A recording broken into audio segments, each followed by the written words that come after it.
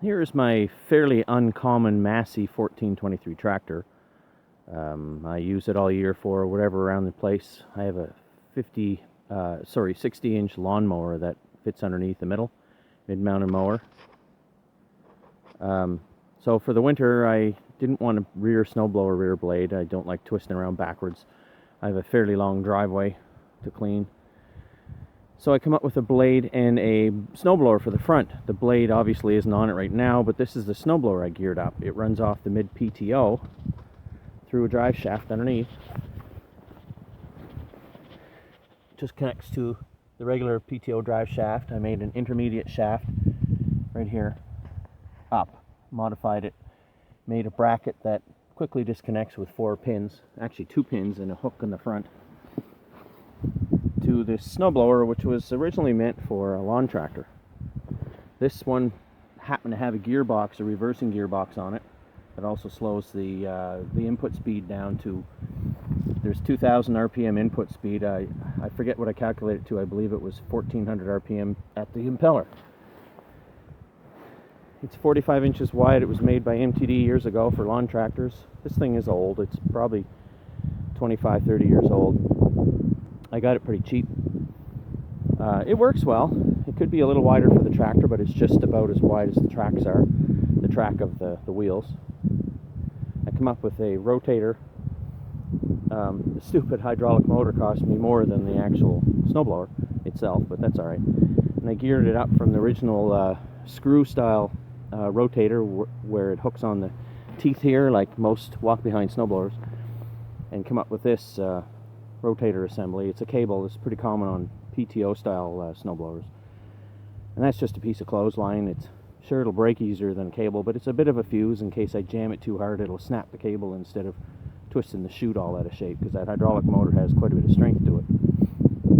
It works well. Hope this wind isn't interfering here. It works pretty good. Well, there's some snow down, so I can hopefully demonstrate a little today. The tractor itself works good. I got it from a local dealer.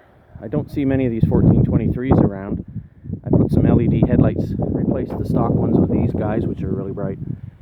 And I put some extra ones in the front. They're not quite as startling to people coming. The cylinder here is for what I lift and lower the snowblower with, of course, because you have to lift it right now. It's sitting on the snow. I had to add some auxiliary hydraulics to the tractor, so trying to make things, as convenient as possible, I put it back here and ran extension hoses to the front.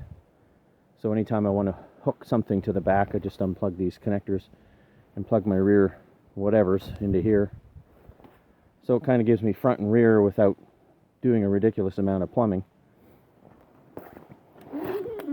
Now the adapter to hook my hydraulics up is this rusty little block down here. Massey wanted $1,000 for this stupid little block, and I had it made locally for 80 bucks. Well, I don't know why they wanted it. It was actually $1,083 they wanted for this little block plus tax. It's just ridiculous, and I'd have to wait months to get it. Put a set of ice chains on the back. A world of difference.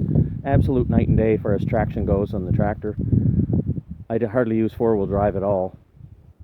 Anyway, fire it up here.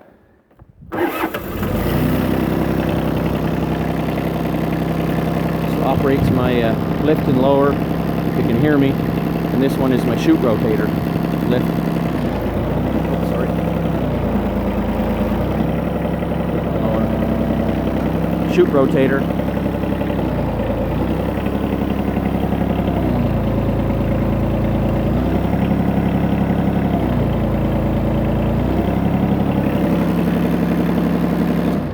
Oops. I'm not sitting on it, so it's not going to run PTO for me, unfortunately.